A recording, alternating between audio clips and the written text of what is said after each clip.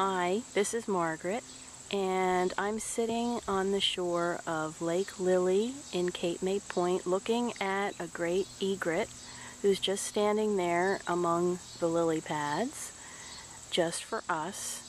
There were some swans here earlier and some ducks, probably the American black ducks I've been seeing a lot lately. I'm not the best bird identifier, but I practice and I'm trying to get better, and this is the best place to come. This is Cape May Point.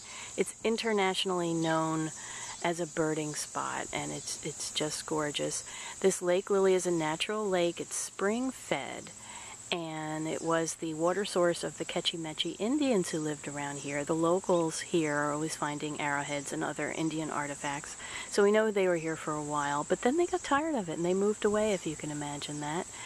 And then fast forward to 1812, the War of 1812, the British had their ships anchored off the west coast of Cape May Point and in the Delaware Bay, and they were blockading the Delaware Bay and the river to the north. And the locals got sick of them coming through, and it didn't matter to them because they had well water, so they didn't have to worry about their water supply coming from Lake Lily. So they dug a trench to some salt water and made this lake turn brackish so that the British couldn't use it as their water supply anymore. So dirty trick on the Americans. But then, you know, the war was over and they fixed that, so it went back to being spring-fed fresh water, and so the birds were happy, you know, because the lily pads came back and all that. So that was the War of 1812. And in the later 1800s, the Seagrove Association made this into a recreation area. They created a nice little community here, and the people who lived here had just about everything they could want.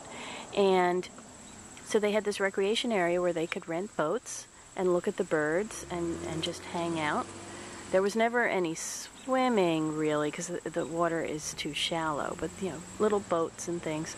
Or they would get all dressed up in their fancy clothes and get in their carriages and just ride around the perimeter of the lake. The lake is about 40 acres, and they would ride around the lake in their fancy carriages. You know, it's all see and be seen, and so that was the fancy thing to do then for the fancy people.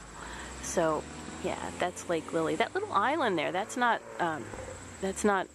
natural to the lake. That was built here by, I think the Seagrove people built that too, and that's commonly called Amnon's Island. Nobody's really sure why it has that name. But this is Lake Lily. It's one of the most beautiful places I know of, and it's nice to just sit here. It's quiet, even in the high summer season as it is right now. It's still quiet here. You can hear some cars driving behind me, but it's a nice little spot to just come and watch nature. I think if you asked me, of all places on earth, where would I want to live, I would probably tell you I would want to live in Cape May Point because it just offers so much. It's got the beach and the nature and the birding, and you can just walk anywhere around the point and see interesting things, the architecture, the churches. And Lake Lily, I could just sit here all day and watch the birds and things. It's just lovely. So I'd live here. Lake Lily, Cape May Point, New Jersey.